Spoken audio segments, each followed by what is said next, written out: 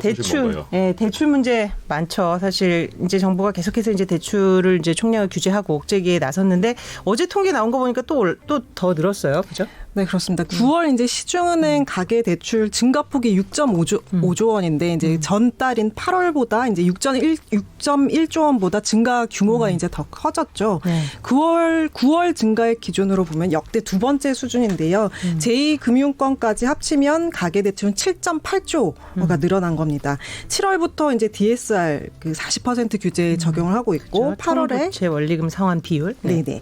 8월에 기준 금리도 한번 올렸고요. 또 이제 대출 아까 말씀하신 것처럼 대출 총량도 규제를 하고 있는데 이런 전방위적인 규제에도 증가폭이 지금 커지고 있는 건데 이번에 이제 뭐 기준금리 0.75%로 동결은 했지만 11월에 또 올린다는 게 이제 확실시 되고 있어요. 그래가지고 또 이제 또 다음 주에 또 금융당국이 추가 대책 좀 더 강도 높은 추가 대책을 발표하기로 해서 지금 불안 심리가 지금 커지고 있는 상황입니다. 저는 이게 정말 신기한 맞아요. 게 궁금해. 방금 전에 저희 와이프한테 이 카톡이 왔는데 은행에 갔거든요. 대출을 늘려야 돼서. 안 된다 그랬다고 그러더라고요. 근데 이분들은 어떻게 대출을 받으시는 거예요? 그러니까요. 대출을 이렇게 규제하고 억제는데 총량은 늘어나는 이유를 뭘로 봐야 될까요?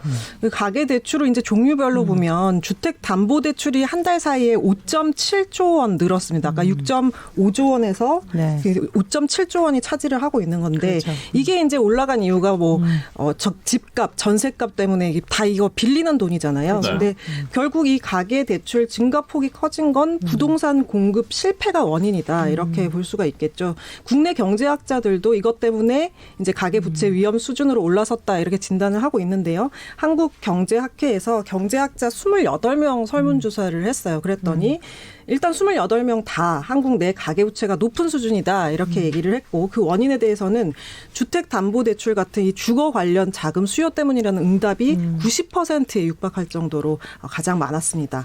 가계부채 관리금 어떻게 해야 되냐 뭐 이런 질문에는 부동산 시장 안정이라고 답한 비율이 61%로 가장 많았고요. 결국 이 주택 공급 문제 또 이 부동산 안정되지 않으면 가계부채에 대한 이 추가 관리 대책을 내놓은들 먹혀들지 않을 것으로 보이고요. 대출 규제를 더 강화할수록 또 실수요자들은 제3금융권으로 갈 수도 있다. 뭐 이런 주장도 많습니다. 그러니까 일단 부동산에 대한 수요는 여전하고 어쨌든 막차라도 타야 된다는 절박함이 있기 때문에 대출을 그러니까 가용 범위 내에서 이제 끌어내다 보니까 이제 전체적인 총량은 늘 수밖에 없다 이런 얘기인 것 같고요. 그래서 이제 정부가 어쨌든 지금 이 부채에 대한 위기가 그 어느 때보다 이제 계속 경고음이 올리고 있거든요. 우리나라만의 문제도 아니고 사실 이제 전 세계적으로 이 버블에 대한 얘기도 나오고 그래서 이제 부채 대책을 추가로 발표한다 이렇게 얘기를 했는데 어떤 내용들 예상할 수 있을까?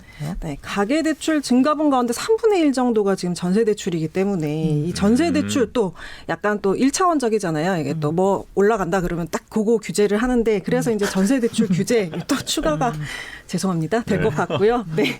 그동안 이 전세 대출에는 DSR 적용이 되지가 않아가지고 전세값의 80%나 이제 대출을 받을 수 있었는데 만약에 이 DSR 그러니까 총 부채 원리금 상환 비율이죠. 그러니까 내가 번 돈 연 소득의 이제 그 부채 비율을 얘기를 하는 건데 그 이 소득 범위 내에서만 이제 대출이 가능한 거잖아요. 예를 들어서 이제 전세 대출이 10년 만기 DSR이 50% 규제가 이제 적용이 된다면 연소득이 5천만 원인 직장인은 2억 좀 넘게 그리고 연봉 3천만 원인 직장은 1억 좀 넘게 이렇게 대출을 받을 수 있게 되는 겁니다. 만약 이미 이제 뭐 신용 대출을 받은 상태라면 이게 또 좀 줄어들 수 있겠죠. 네. 이렇게 이제 전세 대출까지 규제한다는 소리에 지금 청와대 국민청원 게시판에는 전세대출 규제 제발 생각해 주세요. 이런 제목의 이제 글도 올라오고 있고요. 그렇죠. 전세대출 실수요자들이 많아서. 네. 실수요자들이 이제 불만이 되게 커지고 있는 그런 상황인데 정부가 뭐 이들을 보호하기 위한 방안까지 이번에 추가 대책에 좀 포함을 해보겠다라고 말은 했지만 또 이제 나와봐야 알겠죠. 지금 제가 요즘에 부동산 다니고 있거든요. 집. 네, 전세금이 올라가는 단위가 기본 억 단위로 이렇게 올라가기 때문에 이게 대출을 늘려야 되는데 이거는 전세 세입자 입장에서는 좀 심각한 문제인 것 같아요. 네. 그렇죠. 하여튼 뭐 정부 당국의 대책 좀 지켜보고 하여튼 대출이 늘어나는 거는 전체적으로 거시 경제 측면에서 좀 문제여서 이게 참 고민입니다. 미시적으로 각 개인한테는 또 심각한 문제인데 또 국가 경제 차원에서도 부채 관리가 또 필요하고 지켜보겠습니다. 좀 다른 얘기 넘어가 볼게요. 샤넬 참 이 오픈런부터 아무리 올려도 사는 샤넬 1인 1점 구매 제한을 뒀다. 이런 소식이 있네요. 네. 이유가 뭡니까? 인기 상품 두 종류에 대해서 네. 이제 연간 한 점만 구매할 수 있도록 이게 한 건데 네. 특정 상품을 이렇게 여러 개를 사서 이렇게 되파는 그 리셀러들을 좀 견제하겠다. 뭐 이런 의도로 볼 수 있고요. 이 두 종류가 뭐예요? 두 종류요. 가장 인기 많은? 플랫백이랑 뭐 이런 아, 가방이에요? 네, 가방 이름. 가방. 네, 가방 두 종류입니다. 네. 네. 가방 두 종류고요. 네, 제가 플랫백 이런 거 나가도 이럴 때 이렇게 디자인이 나와줘야 되는데 여기. 네. 괜찮습니다, 괜찮습니다. 네. 그리고 이제 뭐 백화점에서 이제 보시면 아까 말씀하셨듯이 이제 뭐 뉴스 통해서 오픈런 하는 거 되게 많이 보셨을 텐데 문 열기 전부터 이제 줄 쫙 서서 기다렸다가 맞아요. 오픈하자마자 막 뛰어가는 거를 이제 오픈런이라고 하는데 이런 사람들 이제 취재를 하다 보면 개인이 뭐 실제 사용하기 위해서 이제 사는 사람도 있지만 이거를 여러 개 구매를 해서 또 이렇게 팔려고 중고 시장에 팔려고 이러는 사람도 되게 많거든요. 왜냐하면 이 중고 시장에 갖다 팔면 프리미엄 일명 피라고 하죠. 그러니까 네. 웃돈을 얹어서 팔 수가 있어요. 그래서 근데 이제 지금 샤넬이 보면 아까 말씀하셨지만 계속 가격을 올리는데도 계속 사고 있잖아요. 지금 2월, 7월, 9월 이렇게 해서 총 3번을 올리고 또 앞으로 또 계획이 있는데 이 가격은 올리고 이렇게 중고 시장 빠져나가는 거 맞고 이렇게 해서 정가에 더 많은 거를 좀 팔겠다 이런 계산이 있는 것 같습니다. 리셀 시장이 엄청 커요. 얼마나 크길래 사실 이렇게 아니 이게 불확실하면 막 가서 이렇게 사기 어려울 텐데 이게 뭐 몇백만 원짜리인데 사실은 네. 굉장히 활성화되어 있나 봐요. 그리고 뭐 이런 명품뿐만 아니라 운동화랑 뭐 이런 거 네. 엄청 많이 하잖아요. 특히 젊은 친구들이. 네, 그렇죠. 요즘 재테크의 일종으로 이제 약간 그 중고를 사고 팔고 하는 경우가 많은데 샤넬 같은 거 샤넬 재테크에서 샤테크, 뭐 롤렉스 재테크에서 롤테크 뭐 이런 말이 나올 정도로 리셀 시장이 지금 커지고 있는데 지금 지난해 국내 명품 시장이 15조 현재 15조인데 중고 시장은 7조 원 규모로 지금 절반 커졌어요. 가까이 되네요. 이거는 많이 근데 커졌습니다. 모든 중고 시장을 합친 거죠. 명품 중고만 말하는 거예요. 명품 시장이요. 명품 중고 시장. 명품 중고가 네, 7만. 왜 이렇게 되는지 제가 설명을 드릴게요. 왜 이렇게 커졌냐? 그럼 사실 명품이 이 가치를 올리겠다고 공급을 풀지 않아요. 아무리 줄을 서고 저도 한번 줄을 서봤는데 왜요? 리셀 하시려고요? 여기 진짜 본인이 쓰려고. 취재차. 한몫 땡기려고 제가 네. 줄을 취재차. 취재차 서봤는데 갔는데 없어요.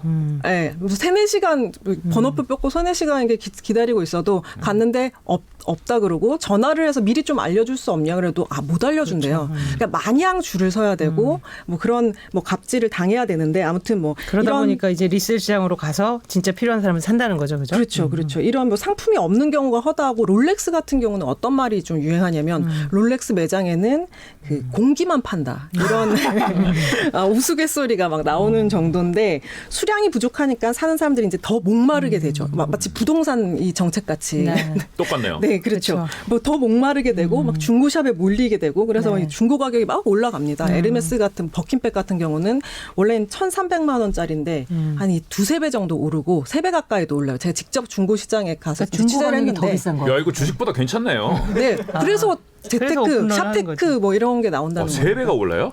네, 3배 오르고 저도 처음에 롤렉스도. 이걸 믿질 않았어요. 또 아니 신제품보다 그렇게 비싸다고? 그런데 실제로 그렇더라고요. 네, 저도 직접 가서 진짜 깜짝 놀랐습니다. 직접 가서 확인해보고. 근데 롤렉스도 한 1,100만 원, 1,300만 원 정도였는데 1,300만 원? 여기 좀 잘라주세요. 네, 역시 이제 2-3배 가격에 팔리고 있고 지금 뭐 이거 시작하기 전에 제가 당근마켓을 봤어요. 네. 당근마켓에도 롤렉스가 2,850만 원에 이렇게 올려져 있더라고요. 물론 그 실제 모델에 따라 가격으로 다르겠지만. 팔릴지는 모르겠지만 이거 재테크 한번 도전 해보시죠.